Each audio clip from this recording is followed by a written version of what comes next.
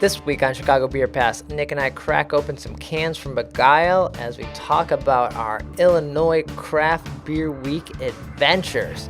It's just getting started. We're in the middle of it right now, but we got Bug, Dark Lord Day, more releases, Ultra Fresh, a handful of other events we've made it to. So grab yourself a beer and let's get into it.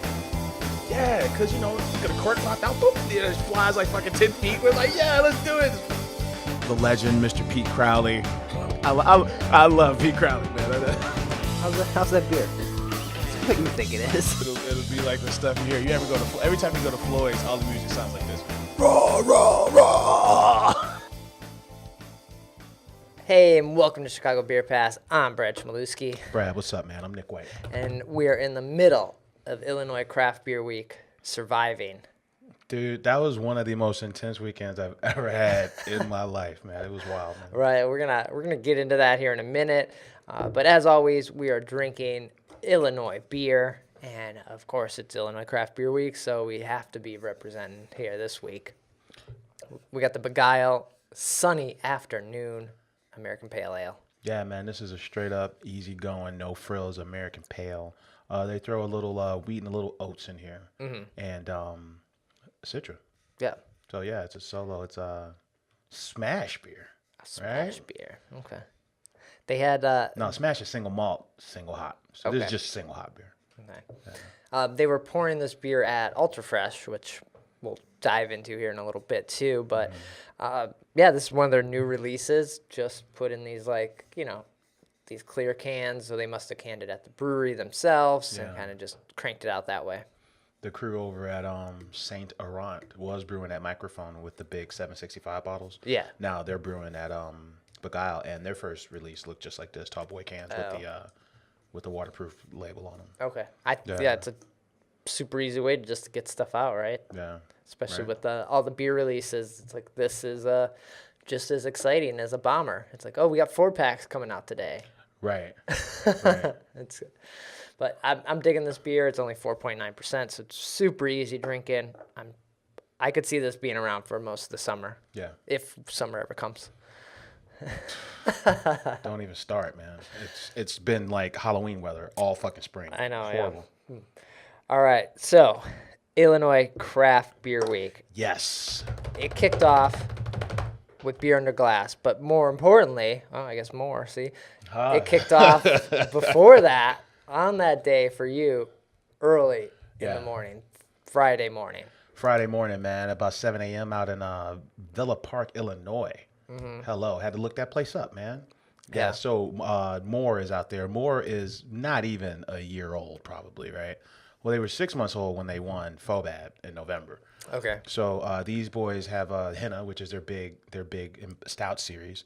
And the barrel-aged versions of that came out this week. Okay. So is Henna the one that? No, that's not. Is this the one that won at FOBAB? Yeah, Henna's the one that won at FOBAB.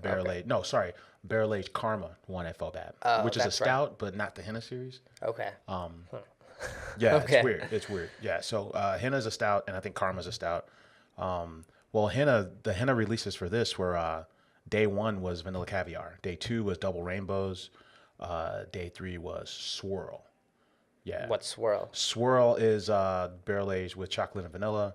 Double Rainbows, I believe, is chocolate and strawberry barrel aged Henna. Okay. And Vanilla Caviar is the vanilla version in rye barrels. Damn. Okay. Of Henna. Yeah. And dude, this whole scene is kind of impressive to me because A, they're super young, but then like B, like this guy, the brewer Sean Burns, he took gold for a chocolate beer in 2016. Right, back when he was at Ram in Schaumburg. So the kind of frenzy where the people are showing up at 5 a.m. for 800 bottles, that started at Ram, and it followed him to more. Wait, they were doing that at Ram? They were doing those kind of releases at Ram. Oh, wow. Yeah, and then if you're like, they have these really cool, almost like genie bottle looking bombers, and yeah, people were lining up to get his stuff at Ram. So he announced he was leaving. I think Microphone tried to sign him, but he ends up going with Moore, a brand new brewery. Right, sure. In Villa Park. Yeah. And the coolest thing about this brewery is that it sits like a couple storefronts away from a nature trail. So when you go to the bottle release, there's like 900 neck beers in a nature trail, right? And it's like, it's so bizarre because like I've been outside waiting at Black Friday, in front of Benny's, and you feel like a schmuck because all the worker bees are looking at you like, look at these. Yeah, these. what were these guys doing? But here you're actually like in nature. It's actually like very relaxing. Oh, that's cool. So yeah, it was a fun time, man. Yeah, so you get the beer, then you $25 a bottle. Once you get your beer, you have to get into another line if you want to try. Was it one bottle, 2 bottles? One bottle per person. Damn, okay. Yeah, one bottle per person. Later on that day, they were saying that release number 2 on Saturday, Double Rainbows, was trading straight up 1-for-1 with Chemtrail Mix, which is the Dark Lord variant from. Okay. That was the best variant last year. Yeah. Yeah, Dark Lord variants are hit or miss, but Chemtrail was 500-foot home run. It was fantastic. Okay. Like straight up French toast crunch, like delicious.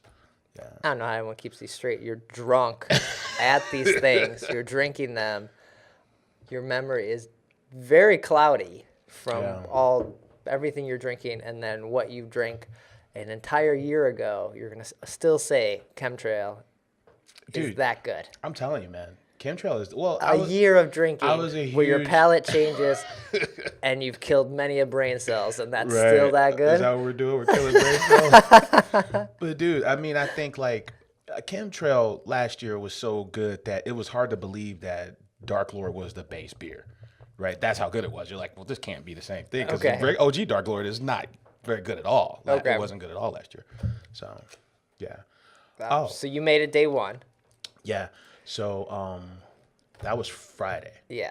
And then Friday night, Beer under I glass. saw you at Beer on the Glass.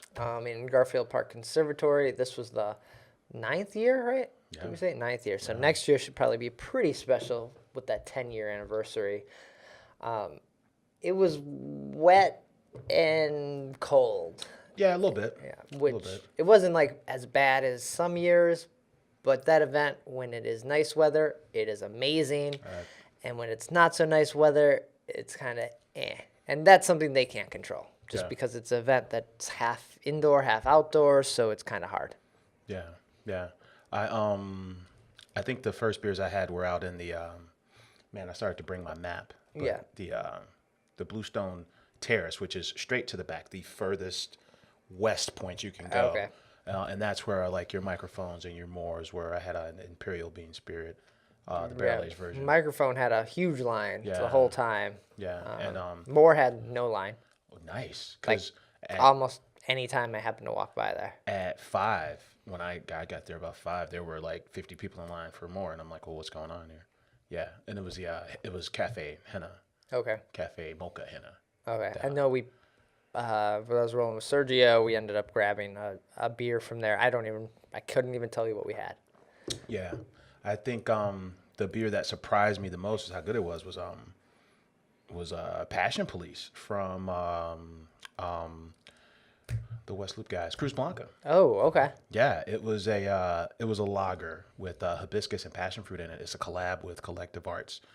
Shout out to the Collective Arts guys, man. Tom from Hyperview's down with that team. Yeah. And we met some of the guys from Ontario. We talked to them at Bug a little bit. Nice. Okay. Yeah. So, but that beer was fantastic, man. Oh, cool. Yeah, it was really good.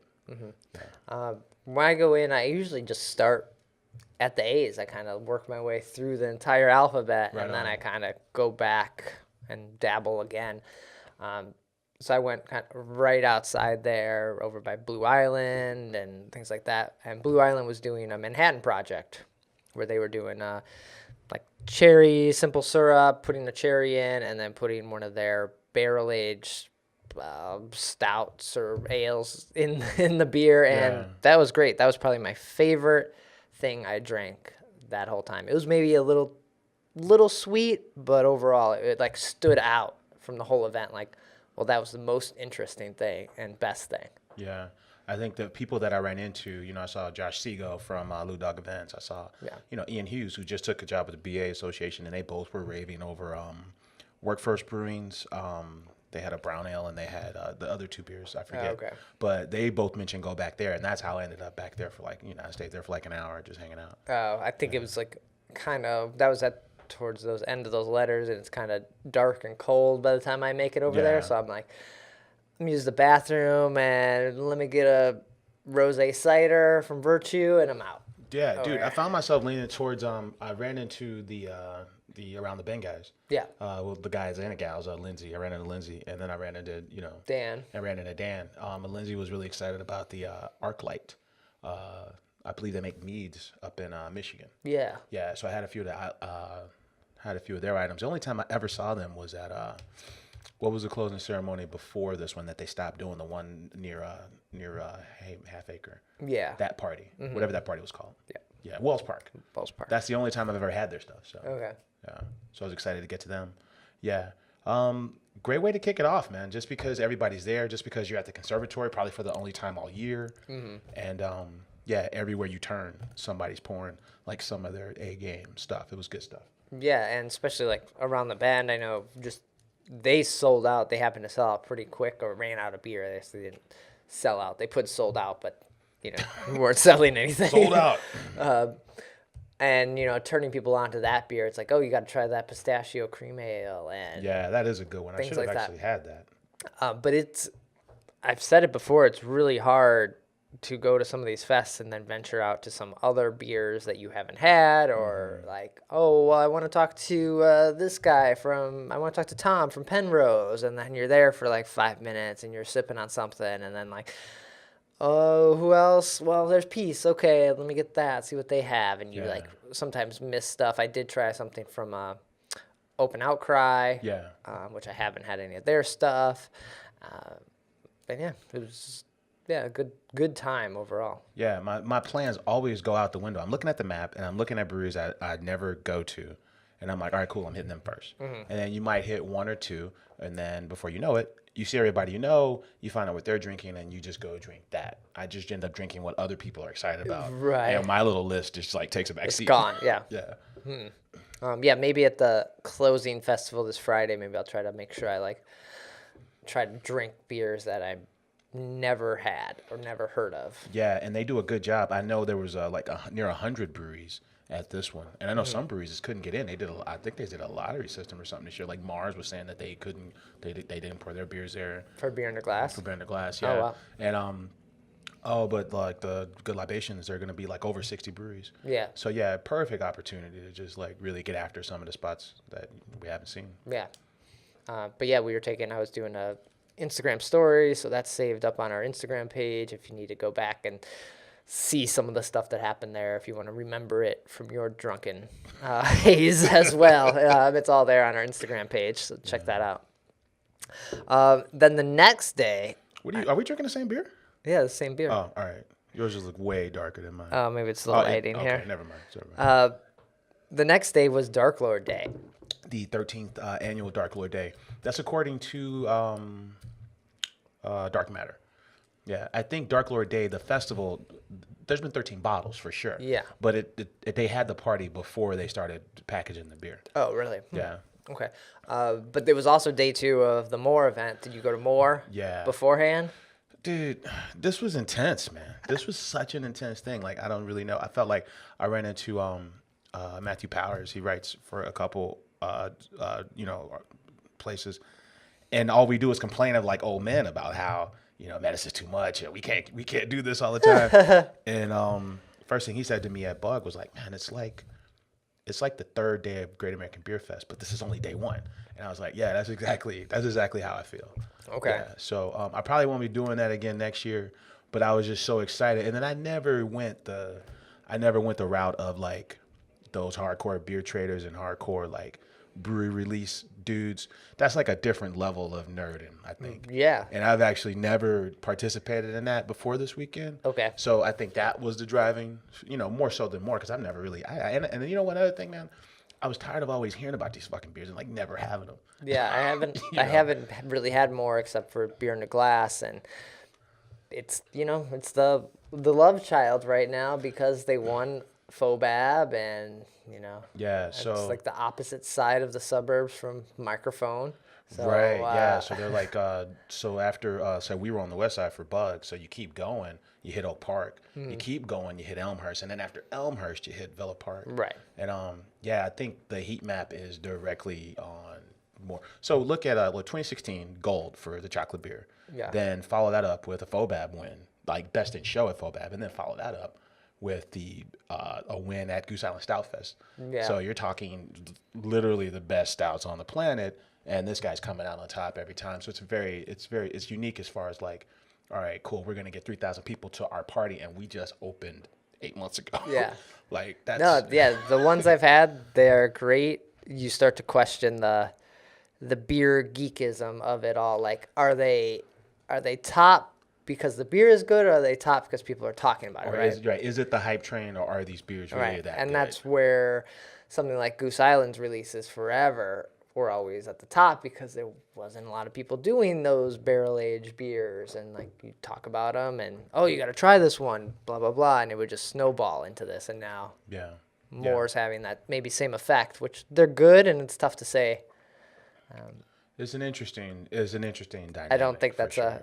an argument that's winnable, right? You can't. Depends on who you ask, and it's funny Yeah. you say that because that leads us right into Dark Lord Day, where we were talking about how Chemtrail last year was the runaway favorite, but then this year, like on tap. First of all, Dark Lord 13, all the variants were on tap, which was pretty cool. So we're talking like maybe 8 or so. Yeah. And Floyd's, man, they got this fucking love affair with these really weird sweet wine barrels, and it drives me nuts because I just don't.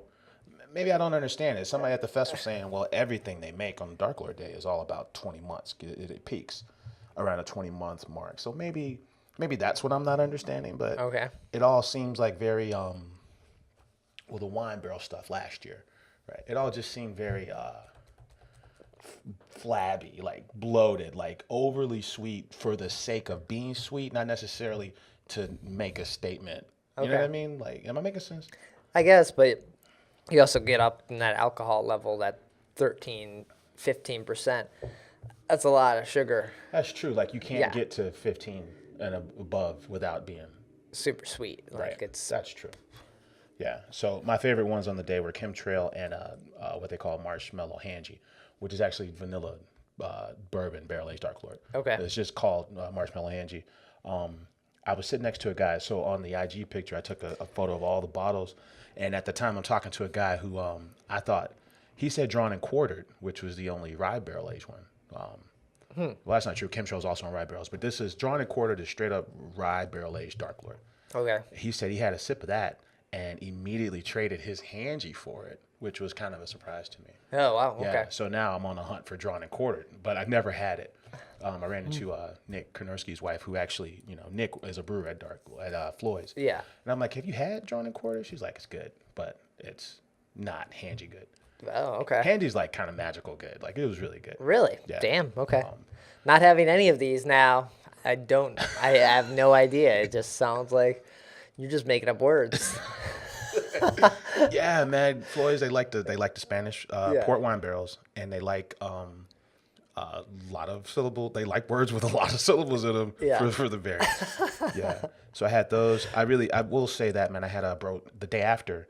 They have the day after rotating taps, so you can go back on Monday and probably even Tuesday, and whatever's on tap is on tap. So I had Brotella, which was a port wine barrel aged. The next day. Yeah, the next day. Okay, so that was Sunday. Yeah. So you didn't leave. So I haven't been home in 5 days, Brad. That's what I'm saying. But I will say that in comparison to last year's, I thought the wine barrel, like the wine barrel ones, the one that I had, even the Brotella that I had, it actually, like, all the things that make wine enjoyable were the tannins actually complemented the base beer in this case. Okay. When in the past, like for me, like on French Vanilla Militia, right, which is coffee, vanilla, Dark Lord in a wine barrel. Okay. Right. I thought it being in a wine barrel made it kind of messy. Like, I didn't like it, but I thought this Brotella, it actually kind of enhanced the Dark Lord. Interesting. So that's just my, Okay. But yeah, good time. Good Nice. time at Dark Lord Day. So next week, we're going to try to have a bottle. We're going to drink the regular Dark Lord. Yeah, we should try the OG. We do it every year. We should keep that tradition. Because you just went for the event. You didn't even go to get bottles. No, I was just there hanging out. And I was like, well, if there's 1 year, I actually like this route, man, because you know what? The ticket's $180. Yeah. But if if your friends just want to hang out at Dark Lord and like, hey, do you want to go? You can just buy a few beers on tap and then maybe try a few beers that are being shared, and before you look up and you will have tried them all. Yeah. And I think that's more of a win than So but you still spent $180 to get in before buying any beer, right? Or is $180 the for 180 includes the beer. Oh, okay. Yeah, so I think the math comes out to like, like 50 for the variant you're going to get, and then you get 4 originals. Okay. So that justifies the 180 Nice. for Yeah. most people. Okay. Yeah. But yeah, fun time, man. I mean, I don't know why I like that place so much. I mean, but I was thinking like, man, I grew up not far from there. You know, I grew up in like Tinley, and that's like maybe 10 miles away. So maybe that's why. Because, I've taken everybody from like, my kid to my mom to Floyd's, right? Right. My first big party I ever went to was Dark Lord Day. So maybe there's like kind of sentimental attachment there. Okay. But part of me when I'm there and I'm listening to this metal show, I'm like, why do I keep coming to this party?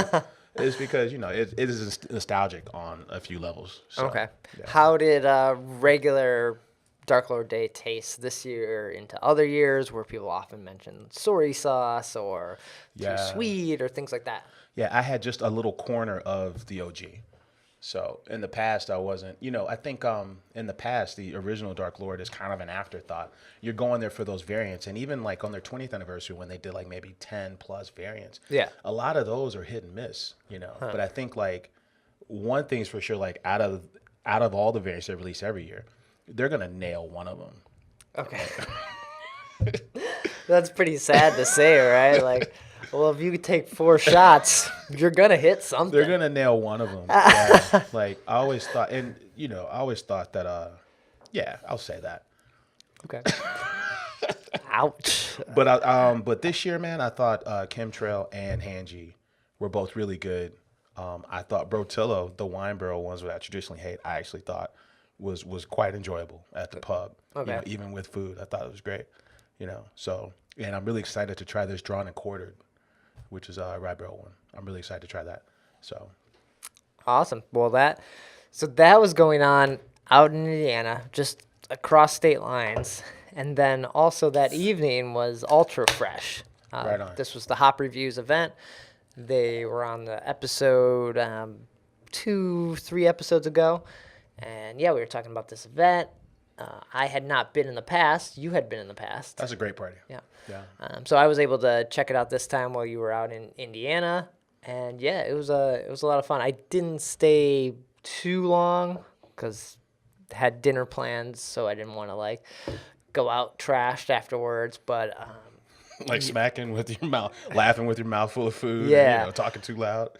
But yeah, you're just there's so much great beer that's fresh. It's like it's bright. It's very like you want to try it all because it's something you won't get to experience again. Where trying a barrel aged stout, it's like, oh well, another month in the bottles, you're not gonna notice that over about this time. Like, but 5 days versus 2 months, you might notice that.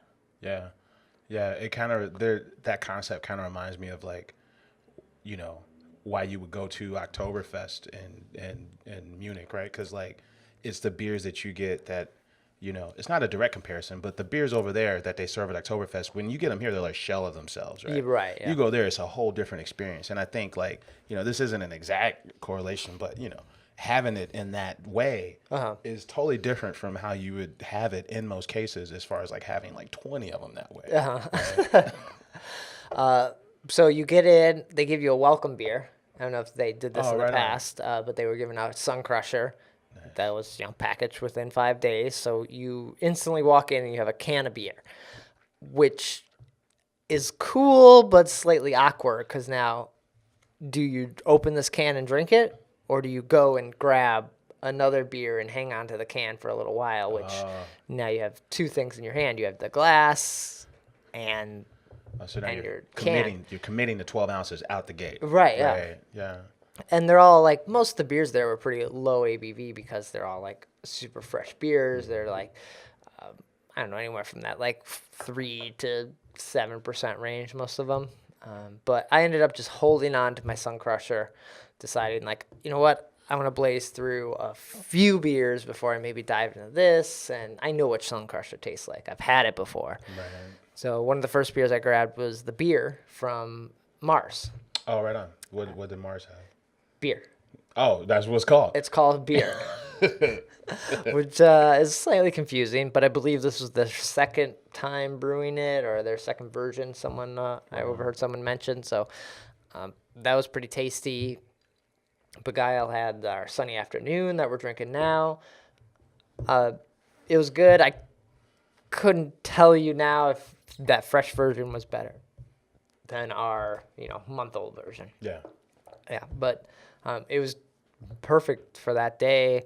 What else did I have? I had something from Maplewood, and just like it was all super local because it has to be there in 5 days. So all the breweries are like really close by. You realize like just how hyper local you can get at an event like that. So yeah, that was a super cool time. Like I said, I didn't stay for too long, but they had a DJ playing. They had a guy painting the sign. They had T-shirts getting printed. Great turnout, not too packed. You could walk up to any spot, grab a beer without really waiting in line at all. Yeah. Yeah, dug it. I missed that one, man. That's a good time. Yeah. And it's a unique backdrop because it's at that. You wouldn't really go to Right Way Signs otherwise. I think every other place on the circuit we've probably been. Yeah. So. But yeah, I took a bunch of pictures, posted those on our Facebook page, as well as a bunch from Beer Under Glass. So check that out. If you missed that event and you want to see some behind the scenes stuff. Right on. Cool. So that was our Saturdays. Did you do anything then Sunday or Monday? I didn't do a goddamn thing. Sobered up? Sunday. I chilled very hard. Okay. Shout out to Pints and Provisions. They're a podcast out in Peoria. I ran into them at Dark Lord Day. Oh, cool. They gave me some gems on how to participate in next year's bash that I'm very excited about. Nice. Yeah. I made it up to Ravinia for a little bit. They got a new bar at Ravinia. Ravinia is like classic Chicago, right? Right. Classic BYOB concert Chicago. Mm-hmm. And the new bar actually sells wine and beer, but they made the policy so that you can still bring your own. Oh, that's cool. If you want. They kind of act as like, hey, you can pregame with us, and you can also come back at intermission. But that's neat. But still bring your booze, and if you don't have any, you can buy some from us. So that's pretty cool. Okay. And I made a trip to the recurring Pipe Dream, which was Pipeworks pop-up. Yeah. It was different this year because, like, last year they were releasing the Run the Jewels beer as part of the pop-up. And this year there was no new releases necessarily, so it was a little more subdued than years past. Okay. Yeah. But I bet it was packed over the weekend. Yeah, over the weekend it probably was packed. Yeah. Yeah.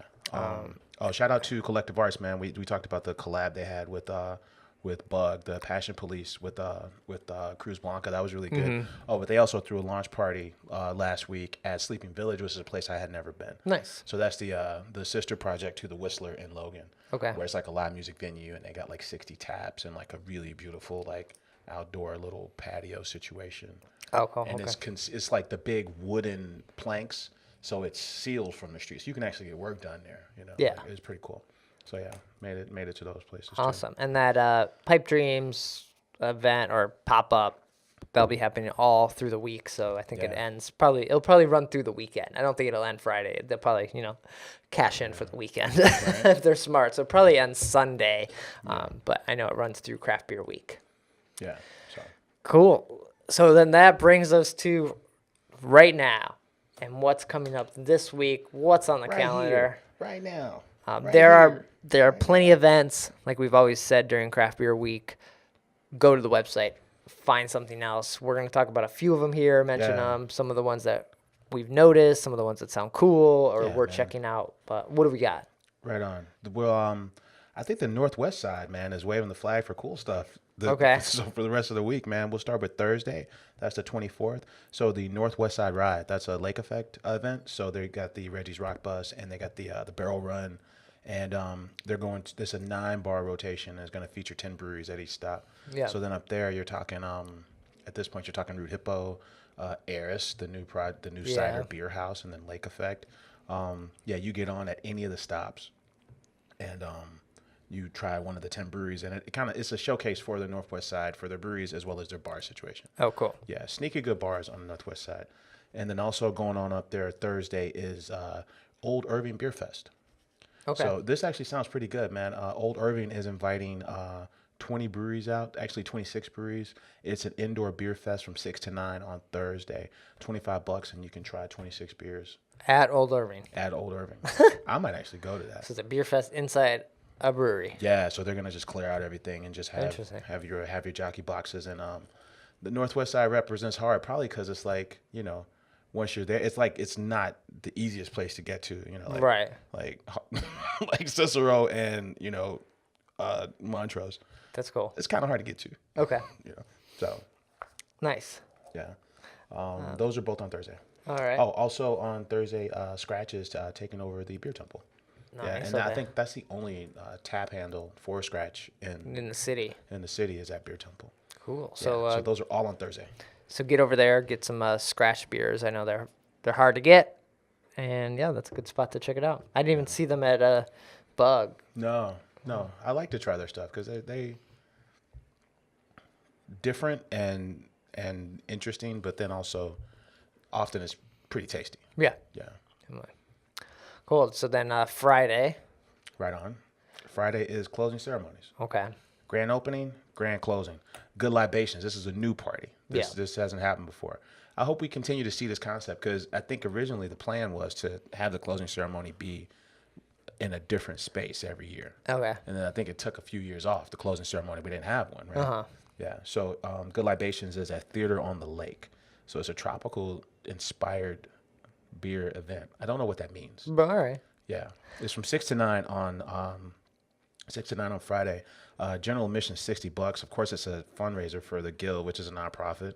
Mm-hmm. And then, tropical attire is also encouraged. Nice. Yeah, and you're going to have food from Cletus Friedman, man, who was briefly at, he had his own thing at City Provisions. Mm-hmm. And then, It was at Fountainhead. and then he was the director for Eats at Fountainhead. And he's no longer there, right? Yeah, he bounced around for a little bit after City Provisions closed. Fountainhead and then like another spot, and then now he's at Theater on the Lake. I've never been to Theater. I didn't even know Theater on the Lake was there. No, me either. It's Didn't like know. it's like a seasonal like playhouse. Is that a thing? A theater house? What do you call a place that shows theater plays? I get a theater, yeah. It's you're, a theater. You're going to the theater. It's a right? seasonal theater. Okay. What is wrong with this? What is wrong with this show, man? What is wrong with me today? I don't know. Also, Friday is the new can release at Alarmist, the Le Juice. Le Juice. And this is their new, or one of their big New England IPAs. So Right on. they have their new canning line, which they can now do can releases at the brewery. So that should be great for them, great showcase of what they're doing up there. Right on. Yeah.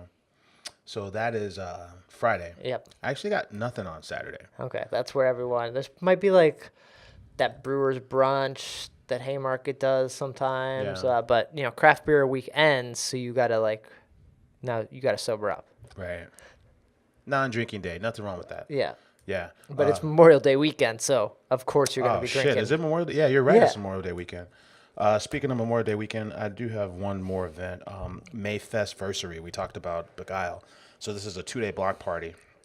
Saturday, Sunday. 17 acts over 2 days. Dogs are welcome. Kids are welcome. And this is a joint party between Neighbors, Beguile, and Dovetail. Dovetail. Yeah. So I believe this is the second time they're doing that. Cool. Yeah. So that'll be Saturday and Sunday. And then also Sunday, just like that, Off Color's 5 years old. Damn. I remember the Off Color launch party at Black Rock like it was yesterday. I know, that's crazy. That was 5 years ago. Man, that feels like 10, but it also feels like Off Color has only been around for like 3. It doesn't feel like 5. Yeah. That's true. But that event feels like 10 years ago. That event feels like a world. Yeah. That feels like a long time ago. Yeah. I think we were both at that party. Yeah. Yeah. That's where we saw Dino S'mores actually got its inspiration from Baracha Baker, Courtney Baldy, who was the pastry chef at Floyd's. Then she left to be the pastry chef at Revolution. Mm-hmm. And then she shows up to the Off Color launch party with s'mores shaped like dinosaurs. Yeah. And then 6 months later, We got a beer. right. Bada bing, bada boom. So Off Color's turning 5, and they're just saying, hey, we're going to release all our greatest hits. And this is at the Mousetrap. You can just show up, non-ticketed event. Just kind of show up and drink. Yeah. I think recently Tony McGee said his favorite brewery was Off Color. In a story I read, and then also when we went to Ballast Point like a week or two ago, the Ballast Point boys, they were most excited of any Chicago brewery. They were like, we went to the Mousetrap and thought it was spectacular. Damn. Okay. They really loved the Mousetrap as well. Mousetrap did his thing. I'm surprised. I didn't think Lincoln Park is where they would land, but Right. it totally works for them. Yeah, it's working out pretty well. I Totally think. works for them.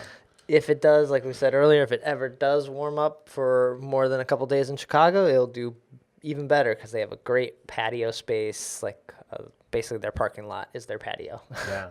Memorial Day weekend, you've got 3 big parties at end of beer week, and then fireworks season at Navy Pier starts on Saturday. Oh, damn. Okay. Saturday at 11 o'clock. And that means the boats come out too. People are gonna be out there if it warms up. If it warms up. God. Yeah. Damn.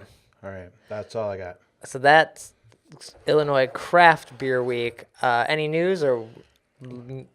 Yeah, one bit of news. Sunday, when I was doing nothing, Yeah. Goose had their Sunday Fun Day. Yeah. Their big blowout. Battle of the Breweries. That's their dodgeball tournament. The final was Microphone versus Revolution. And Revolution wins again. This is at least their second win. It might be their third. Well, they're bringing in the ringers, right? They got dodgeball teams. Yeah, so Revolution wins Goose Island Sunday Fun Day again. Okay. Yeah. Cool. Well, we didn't mention the best thing we drank, but I don't know if I can even remember everything I drank this week. So maybe we'll save that for next week. We'll come back. Pick one. Just pick one real quick. Just pick one. Just don't even think about it. I can't. It's harder. I think it was a beer. Beer from Mars. From Mars. Yeah. There's a crew called Windmill in Indiana, and they made a beer with Microphone called It Was All a Meme. Yeah. It was just haze with guava and apricot. Oh, that's And cool. When at 7 a.m. on a nature trail, That was working out pretty well, huh? I forgot that I should have already had breakfast. You needed that oatmeal stout or something.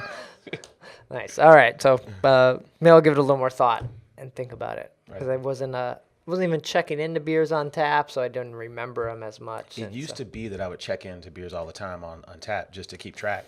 Yeah. But now we just post to IG, and that has replaced Untapped, I think. Sure. Okay. Yeah. Yeah, so I have to be a little more selective this week. Like, was this the best thing? Think about it for a minute. Well, cool. So you'll likely see us around at some of these events the next few days. But Nick, where can people find you? Get in touch when we're not recording. Right on, man. I'm on Twitter at Nicosio. And I'm on Twitter at BRAD. Chicago Beer Pass is on Twitter at Chicago Beer Pass. Website chicagobeerpass.com. All the episodes are posted there. And then Instagram, Facebook. We're always posting photos, other events that are happening all over the place. So be sure to follow us and like us and, keep in touch everywhere we're at. And we'll be back next week as we end Illinois Craft Beer Week. Take care. Cheers.